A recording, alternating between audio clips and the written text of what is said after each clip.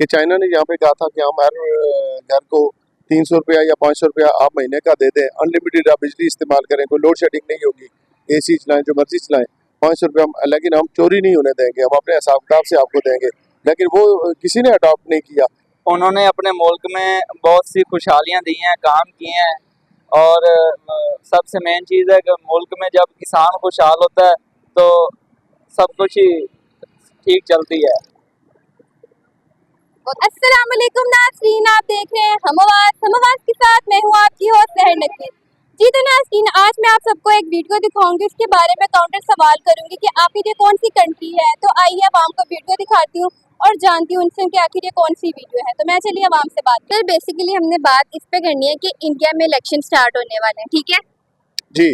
अच्छा सर, देखिए जब इंडिया में इलेक्शन आते हैं तो वहाँ पर वो मुकाबलाबाजी तो पूरी होती है, ठीक है, जैसे पाकिस्तान में होती है, लेकिन वहाँ पर देखने में ये आता है कि जो नरेंद्र मोदी हैं वो अपना टेन्योर कंप्लीट करते हैं। पहला टेन्योर उन्होंने कंप्लीट किया, फिर सेकंड किया, अब थर्ड टाइम पे यही लोगों का कहना है कि दोबारा से नरेंद्र मोदी ही प्राइम मिनिस्टर बनेंगे। क्या वजह हो सकती है इसके पीछे?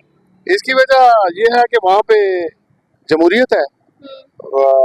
इंडिया जो है वो लार्जेस्ट डेमोक्रेसी ऑन अर्थ है। अच्छा। और वहाँ पे कभी फौजियों ने मुदाखलत नहीं की, जनरलों ने मुदाखलत नहीं की, और वहाँ पे 1 घंटे के लिए भी कभी मार्शल नहीं लगा। इसलिए वो वहाँ पे इलेक्शन टाइम के साथ होते हैं। हर प्राइम मिनिस्टर ने वहाँ पे अपना टाइम पूरा किया है। पाकिस्तान में कभी किसी प्राइम मिनिस्टर ने टाइम पूरा ही नहीं किया, उसको पहले भेज दिया जाता है। उसको यहाँ पे जो प्राइम मिनिस्टर है उनको फांसी दे दी जाती है, किसी को जलावतन कर दिया जाता है, किसी को जेलों में डाल दिया जाता है। यहाँ की जमहूरियत तो एक मजाक है, यहाँ पे कंट्रोल्ड किस्म की जमहूरियत है। इंडिया में सही जमहूरियत है। और आप देखें कि इंडिया डे बाई डे तरक्की कर रहा है। उसने अब उसका मिसाइल प्रोग्राम देखें, उसकी ट्रेनें देखें, बुलेट ट्रेनें देखें, अभी उन्हें समुद्र के अंदर एक बहुत बड़ा रास्ता बना दिया है, अंडर वाटर ट्रेन। जी, अंडरवर्ल्ड ट्रेन बनाई है। पाकिस्तान में ऐसा क्यों कोई मनसूबा शुरू नहीं हो सका? इसलिए कि यहाँ पे करप्शन है बहुत ज्यादा। करप्शन के खिलाफ कानून तो बहुत ज्यादा है, लेकिन वो सारे लोग यहाँ पे इसको गिद्ध की तरह नोच रहे हैं। इस पाकिस्तान को अशराफिया यहाँ पे लूट रही है। और अच्छा, इस वीडियो में आपने ये देखा कि नरेंद्र मोदी अपने इलेक्शन के आने से पहले पहली स्पीच दे रहे हैं, ठीक है, उसमें उनका यही लोग जो कहते हैं पॉलिटिशियन कि हम ये करेंगे, हम ये तब्दीली लाएंगे, वो भी यही बातें कर रहे हैं। लेकिन उनकी जो बातें हैं वो देखने में नजर भी आते हैं, वो कुछ ना कुछ करते हैं। जैसे आप बता रहे हैं कि उन्होंने ट्रेन बना ली, उन्होंने बुलेट ट्रेन बनाई, उन्होंने अंडर वाटर ट्रेन बनाई। यही पाकिस्तान वाले सिर्फ बातें करते हैं, तो कुछ करते क्यों नहीं है? यहाँ पे करप्शन है। मैंने आपको बताया कि हर बंदा यहाँ पे हिस्सा चाहता है। यहाँ पे बहुत सारे लोग हैं।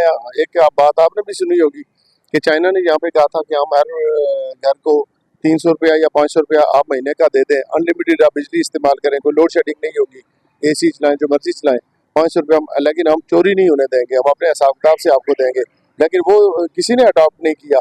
एक होती है धांधली, हमारे मुल्क में धांधल हुआ है, धांधल। अच्छा। हाँ जी, ये पूरी कौम को पता है कि ये जो बैठी है हुकूमत, पीडीएम, सारे मिलकर ये बहुत बड़े करप्ट टोला इकट्ठे होकर एक आदमी को गिराने के लिए बेईमानी इन्होंने की है, बेईमानी के साथ ही बैठे हैं।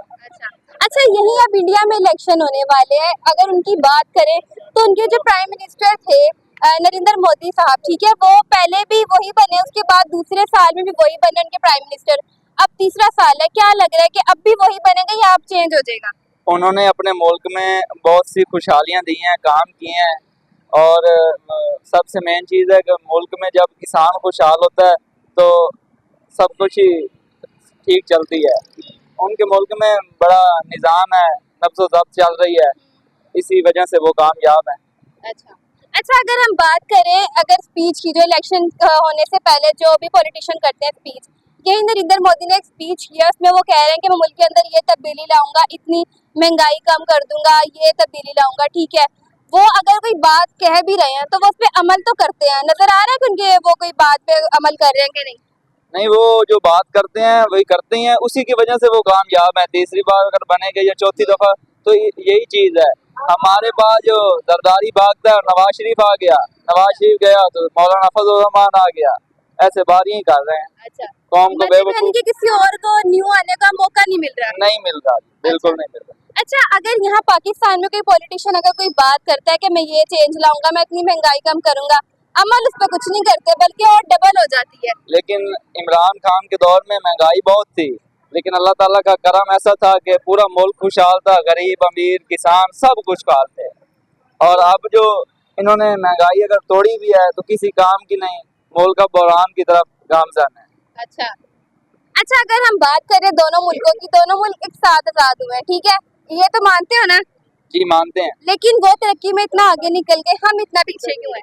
वो सबसे बड़ी बात ये है कि 40 साल से ये करप्ट है, अच्छा जिसमें से 15-20 साल जरदारी ने हुकूमत की, 15-20 साल नवाज शरीफ ने की। उसी की वजह से दोनों करप्ट हैं। पैसा पाकिस्तान का लूटते हैं, चले जाते हैं दुबई, लंदन, वहां पे प्रॉपर्टियां पड़ी हैं इनकी। यहाँ से अगर वही वाला पैसा यहाँ पे अगर लेके ही आ जाए तो हमारा मुल्क पैरों पे खड़ा हो जाएगा।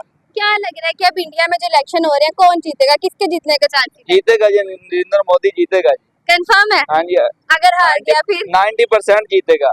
ये तो कॉन्फिडेंस अच्छा है तुम्हारा। हाँ जी, वो बात करते हैं, उनकी बात में वजन होता है, लोग एतमाद करते हैं, वोट देते हैं, जीतेंगे जी इंशाल्लाह। अच्छा, लास्ट में कोई मैसेज देना चाहते हो?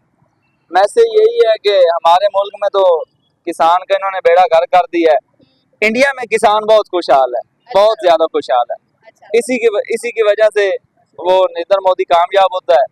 ये जो हमारे पास हैं, ये धीकेशाही बादशाही कर रहे हैं। फिर यहाँ पे कुछ कंपनियां बाहर से आई थी जो ई पार्क बनाना चाहती थी, जो इंडिया में बहुत बड़ा वो चला गया, वो वहाँ पे बन रहा है। वो आईटी में तो इंडिया बहुत आगे है। बिल्कुल ऐसा ही है। गूगल में आप देखें, फेसबुक पे आप देखें, उनकी एग्जीक्यूटिव पोस्टों के ऊपर इंडियन लोग हैं। और इसकी क्या वजह है? वहाँ पे वो फ्री है, वहाँ पे वो आज़ाद है, वहाँ पे जमहूरियत है। और सबसे बड़ी बात है वो मुल्क के साथ लाइन है, वो मुल्क के साथ मुल्क वतन है। यहाँ पे मुल्क के साथ मुल्क वतन कोई नहीं नजर आता। यहाँ पे सारे लुटेरे नजर आते हैं, चोर नजर आते हैं। और हर बंदा चाहे वो जिस कैपेसिटी में भी है, जो जहाँ पे उसको मौका मिलता है वो इस मुल्क को लूट रहा है। सर, आपको क्या लग रहा है कि अब की बार इंडिया के प्राइम मिनिस्टर कौन बनेंगे? मैं तो कहता हूँ मोदी को ही बनना चाहिए। क्यों? इसलिए कि मोदी ने उनको सर्व किया है और मोदी ने उनको तरक्की दी है। और वो अगर मोदी तसलसल में आता है तो मोदी इलेक्शन जीत जाएगा। गो के गुजरात में वो मुसलमानों का कातिल है, कश्मीरियों का कातिल है। उसने कश्मीर के खिलाफ भी बहुत ज्यादा साजिश की और उस पर कब्जा करने की कोशिश, बल्कि कब्जा कर चुका है। और उसके मुकाबले में हमारा पाकिस्तान ने कुछ भी नहीं किया वहाँ पे। और जिस तरह मैंने आपको बताया कि कितना कत्लेआम में वो मशहूर है गुजरात में, लेकिन फिर भी जो इंडियंस हैं, मेरा नहीं ख्याल कि शायद वो इसके अलावा कोई बेटर चॉइस उनके पास होगी, मोदी ही होगा। और वहाँ पे एक और सियासतदान है, अगर केजरीवाल को मौका दिया जाए, जो दिल्ली का प्राइम मिनिस्टर है, तो वो मुल्क की तकदीर बदल सकता है। वो एक आम आदमी पार्टी का सरबराह है जिसका झाड़ू इंतखाबी निशान है। और उसकी चीज़ें हम देखते हैं, सरकारी स्कूलों में हर जगह पे उसने काम किया है। और मैं नहीं समझता कि ऐसे लोगों को कोई हराया जा सकता है क्योंकि जमहूरियत को वहाँ पे खतरा कोई नहीं है। और वहाँ पे सारा साल उनके इलेक्शन होते रहते हैं, इतनी बड़ी स्टेट्स हैं। पाकिस्तान तो उनकी यूपी जो स्टेट है उससे भी छोटा है। जो उत्तर प्रदेश स्टेट है पाकिस्तान उससे छोटा है, यूपी उससे बहुत बड़ा है। और इतने सारी स्टेट्स वहाँ पे इकट्ठी हैं, वहाँ पे बड़ी बड़ी तहरीकें भी चल रही हैं। लेकिन इंडिया में सर देखिए, आजादी, हम दोनों मुल्क एक साथ आजाद हुए हैं, ठीक है, जी, मानते हैं इस बात को, है ना? कागजों में आजाद हुए हैं, अच्छा, हम तो कागजों में आजाद हुए हैं, वो तो सही मानों में आजाद है। हाँ जी। लेकिन सर, आजादी के बाद वो इतना आगे निकल गया तरक्की में, हम इतना पीछे रह गए। वही उनकी अच्छी क़यादत में असर रही है। वहाँ पे मार्शल लॉ नहीं लगे और वहाँ पे जमहूरियत सही पनप रही है।